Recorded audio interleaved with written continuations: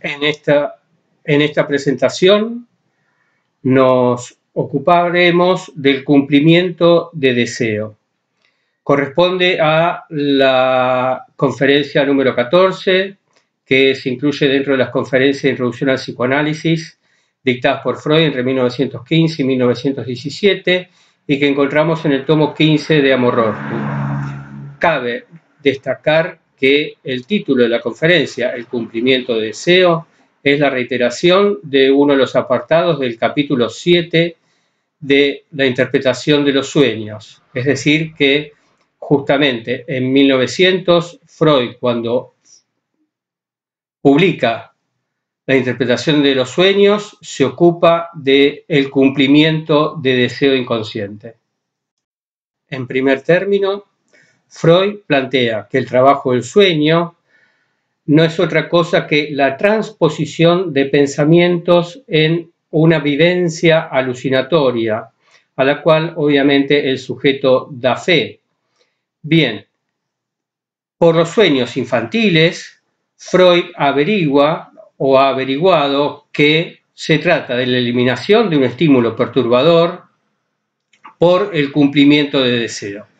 Para decirlo a la inversa, el cumplimiento de deseo permite a los niños eliminar un estímulo perturbador durante el dormir.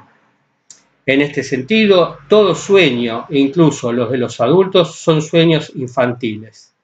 Es decir, que trátese de sueños de niños o de adultos, se puede sostener la tesis de que el sueño es un cumplimiento de deseo inconsciente.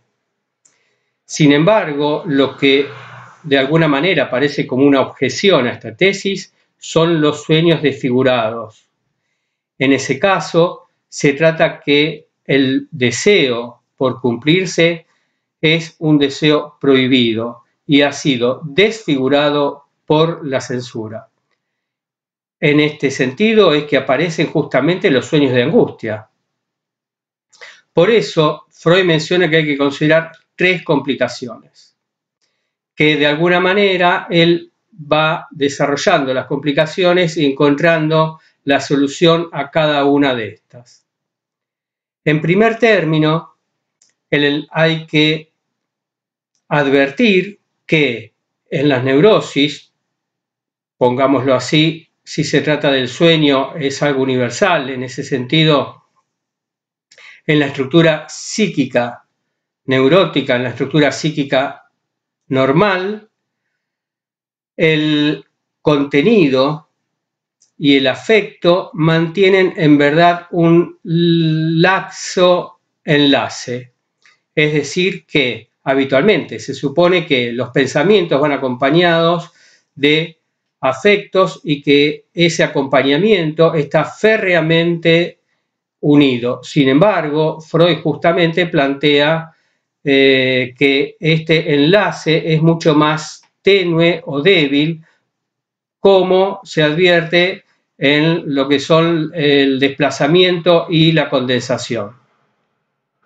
Bien, la segunda de las complicaciones es el cumplimiento de deseo cuando es un sueño de angustia, un sueño que es displacentero. Y entonces Freud justamente se pregunta que ese cumplimiento de deseo obviamente tiene que ser placentero, pero el punto es placentero ¿para quién? Entonces hay que plantear que en el sueño hay que entenderlo como que se trata de dos personas. Es decir, mientras una siente algún displacer por el cumplimiento de deseo, la otra justamente encuentra placer en ese cumplimiento. Si lo pensamos en términos de la primera tópica, es un displacer para lo consciente, mientras que el cumplimiento de deseo inconsciente justamente es placentero para lo inconsciente. Los sueños de angustia, justamente, el punto es que el deseo prohibido no aparece disfrazado, sino que aparece de manera consumada y entonces son sueños de despertar. En este punto podemos decir que Freud, o que los sueños de angustia plantean una cuestión paradójica, que es la de que se despierta en el sueño al deseo inconsciente. Y entonces, en estos sueños, al despertarse, el sujeto se duerme al deseo inconsciente. Esta es la paradoja de los sueños de angustia. En cuanto a los sueños punitivos, donde el sujeto despierta con algún sentimiento de culpa o aparece en el sueño algún modo de castigo, hay que asimilarlos a los sueños de angustia y corresponde entonces desdoblarlo en dos personas donde una cumple el deseo y la otra se siente culpable o aparece algún castigo justamente por haberlo cumplido. A continuación, Freud presenta el sueño de una paciente que se conoce como el sueño de entradas al teatro o 3 malas localidades por un florín con 50. De esta forma lo van a encontrar en el tomo 24, de manera de poder leer en todos los lugares de la obra de Freud donde él hace alusión a este sueño, básicamente en la interpretación de los sueños y en varias de estas conferencias introductorias. Se trata de una paciente que lleva varios años de casada, 10 años de matrimonio, que recibe la noticia por medio de su esposo que una conocida amiga de ella, llamada Elise L., se ha comprometido para casamiento. Eso es lo que acontece en la víspera. Recibe esta noticia y es lo que da ocasión para el sueño. ¿Qué es lo que sueña por la noche la paciente? Ella está en el teatro junto a su esposo, parte de la platea está vacía y su amiga conocida Elisele junto a su prometido no concurrieron porque solo habían conseguido 3 malas localidades por un florín con 50 kreuzer. Ese es el relato del sueño, el contenido manifiesto, que claramente, como uno puede escucharlo, está hecho de palabras, y entonces se convierte en la primera ocurrencia para, a partir de esta ocurrencia, justamente como no sabemos lo que el sueño quiere decir, Freud indaga, es decir, propone que la paciente asocie libremente y entonces podemos escuchar sus ocurrencias. En primer lugar, aparece la ocurrencia respecto de esta parte de la platea que está vacía. Eso le recuerda que había tomado entradas al teatro con demasiada anticipación, para lo cual tuvo que pagar un excedente en la reserva y que el marido le regaña por haber pagado de más.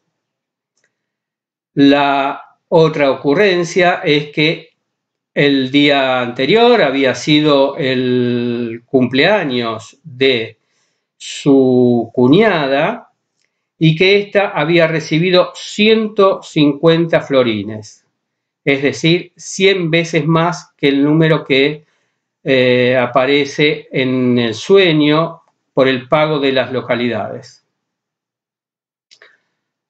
Por último, cabe preguntarse algo que es un disparate, dice Freud, que es esto de 3 localidades para 2 personas. Es decir, que ahí la ocurrencia de cualquiera es que, tratándose de una mujer casada, sin hijos, con 10 años de matrimonio, ese 3 podría significar el deseo de un tercero, de un niño. También hay quienes han pensado en la posibilidad de un tercero que podría ser un amante, pero no obstante, estas son las ocurrencias de alguien que está escuchando el sueño. Lo relevante acá es que el saber sobre el sueño es del paciente, es decir, de quien asocia. Por eso, como el saber inconsciente pertenece al sujeto, Freud dice que esta ocurrencia de él no ha sido refrendada por ningún elemento asociativo, sino que todo lo que menciona la paciente es que su amiga Elise y ella tienen solamente 3 meses de diferencia de edad. Con lo cual, entonces, reordenando todos estos restos diurnos, estos pensamientos oníricos latentes, se obtiene la interpretación del sueño. Recordemos que, por un lado, se reiteran el apresuramiento a sacar las entradas, que la cuñada también se apuró a cambiar los 150 florines del regalo por una joya, y que a ella le parece que podría haber esperado para conseguir algo mejor, con lo cual la interpretación del sueño es que ella, viendo que su amiga consiguió un buen partido y tienen tan solo, digamos, 3 meses de diferencia de edad, ella también, igual que la amiga, podría haber esperado, en cambio de apurarse a casarse, y que de haber esperado podría haber conseguido un marido joya, un buen partido, 100 veces mejor que el que tiene. En suma, se trata que está bastante molesta con el matrimonio que tiene. Ahora, está claro que en esta interpretación, que fijémonos, está hecha de palabra y lo que hace es acomodar los restos diurnos para darles un sentido, sin embargo, no está formulado ningún deseo. Es decir, que estamos trabajando sencillamente hasta aquí con los pensamientos oníricos. El deseo, en cuanto tal, es el de una pizca de placer de ver infantil. ¿Por qué? Porque lo que está en juego es que si ella acude al teatro con su esposo y su amiga no, está claro entonces que el ir al teatro sustituye el estar casada. ¿Por qué? Bueno, porque básicamente ella está casada y su amiga todavía no. Ella está casada y está en el teatro y su amiga no puede acceder al teatro con el prometido, con lo cual el ir al teatro sustituye al estar casada. Y en este sentido, el ir al teatro tiene que ver con poder ver justamente obras prohibidas que, por ejemplo, en aquella época, para una mujer sola, estaba de alguna manera censurado. Bien, entonces, tratándose de que está en juego una pizca de placer de ver infantil, Freud pasa a preguntarse si es posible que haya otras interpretaciones, que la interpretación sea multívoca. Freud dice que sí, y no hay ningún inconveniente en esto, puesto que en este sentido hay libertad para lo que tenga que ver con la interpretación. Pero lo esencial del sueño no son los pensamientos oníricos latentes, el trabajo de pensamiento, sino lo que sí es lo fundamental del sueño es el trabajo psíquico en relación al deseo cumplido en el sueño. En este sentido, en este sueño de las entradas al teatro, el deseo es una pizca de placer de ver infantil. Esto tiene que ver con, fundamentalmente, la curiosidad infantil por la vida sexual de los padres. Estas cuestiones allí donde lo habitual es que en algún momento los niños quieran curiosear y meterse en la cama de los padres para buscar el calorcito, lo calentito que encuentra en estar con ellos, y que obviamente alude a cuestiones sexuales, no solamente la sexualidad genital, sino de la sexualidad ampliada, también como aparece en relación a esta curiosidad o este placer de ver, el poder querer espiar a los padres cuando están solos o cuando cierran la puerta del dormitorio. Bien, en definitiva, lo único esencial, dice Freud, aquello que no puede dejarse de lado en un sueño es su cuestión esencial, es decir, el cumplimiento de deseo inconsciente. Bien, al deseo de la paciente, dice Freud, se le agrega una satisfacción colateral que es: yo estoy casada, tú no. Es decir, se trata, dice Freud, de el egoísmo, un egoísmo competitivo entre su paciente y la amiga Elise L. En este punto se trata de, justamente, si hablamos del egoísmo, de aquello que tiene que ver con alguna satisfacción narcisista propiamente del yo. Sin embargo, Freud no interpreta esto como el deseo cumplido, sino que en todo caso es una satisfacción colateral, podríamos llamarla una satisfacción narcisista, la vanidad del yo.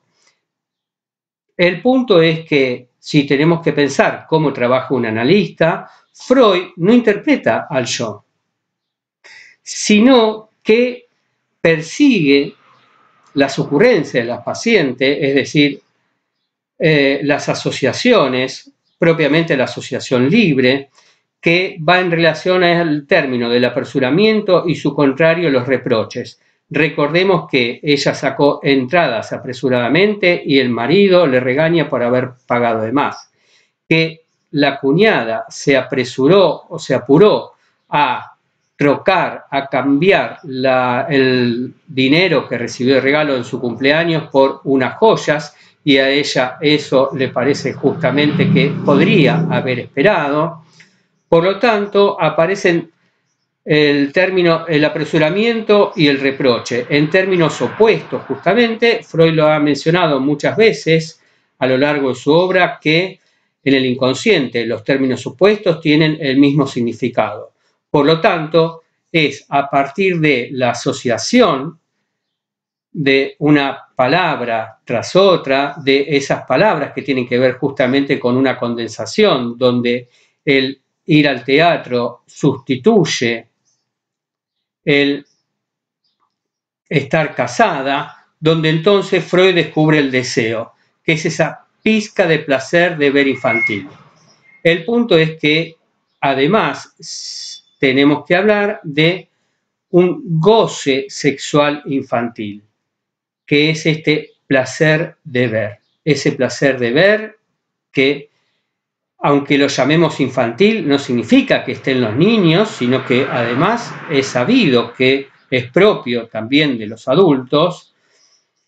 Es infantil porque obviamente el ver en sí mismo no es el coito, es decir, es una satisfacción de una pulsión, de la pulsión escópica, de la mirada, y en ese sentido, como no tiene en cuenta el coito, sino simplemente el ver, el mirar, está ligado a las pulsiones parciales y a la perversión. Con lo cual, en este sueño se muestra cómo, tras la interpretación hecha de palabras, o de estas pocas palabras, que es ese deseo de ver, o vamos a ponerlo así, a partir de la interpretación de los pensamientos oníricos latentes, que ella está disconforme con su matrimonio, porque en verdad lo que estaba en juego era ese deseo de ver de qué se trata el matrimonio. Entonces, tras la interpretación de los pensamientos hechos de palabras, se encuentra ese goce sexual infantil que obviamente es la satisfacción de una pulsión parcial. Con lo cual tenemos estos tres registros. Por un lado, el del yo, que Freud deja de lado, aunque no por eso no lo tenga en cuenta, y se atiene a la asociación porque justamente, por decirlo de alguna manera, tras ellas es donde se encuentra la satisfacción pulsional. Con lo cual, entonces Freud compara el trabajo del sueño con colaboración, el enlace que tienen que plantear en una producción, en este caso hablando del sueño, sino una producción psíquica, en este enlace que tienen que conformar un empresario y un capitalista. Recordemos que hablamos de enlace anteriormente cuando hablamos de el contenido y de la fuerza del deseo, el afecto. Entonces, en la metáfora del empresario y el capitalista, el empresario es aquel que tiene una idea para producir. Sin embargo, no alcanza con tener una idea para poder concretarla. Es necesario tener el capital, aquello que da la fuerza, el empuje para poder concretar la idea.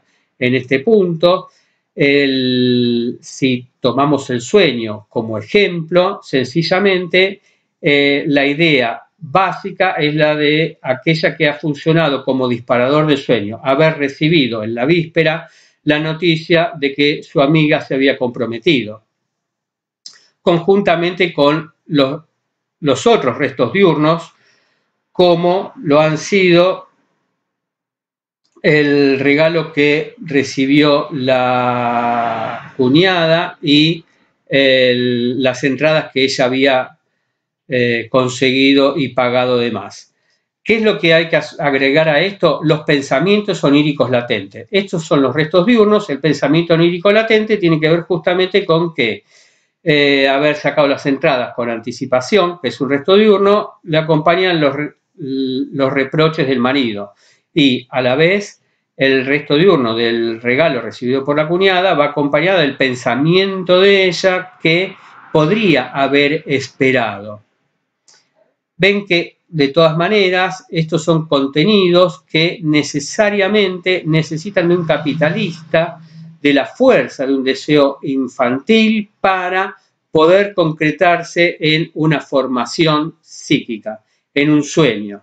En este punto es donde aparece este deseo infantil, que es el que tiene la fuerza, porque justamente lo que está en juego es la satisfacción sexual de una pulsión parcial. Por lo tanto, concluye Freud, tenemos que hablar por lo menos de dos inconscientes. Uno en sentido descriptivo, que es lo que comúnmente se conoce como preconsciente y que tiene que ver con los restos diurnos, con los recordados por la paciente a partir de la asociación libre que lleva adelante, y por otro lado el inconsciente dinámico, que tiene que ver fundamentalmente con el cumplimiento de deseo inconsciente, que es el título de la conferencia que nos hemos ocupado en esta oportunidad. Bien, sin más, los dejo hasta el próximo video y espero que les haya sido provechoso. Hasta la próxima.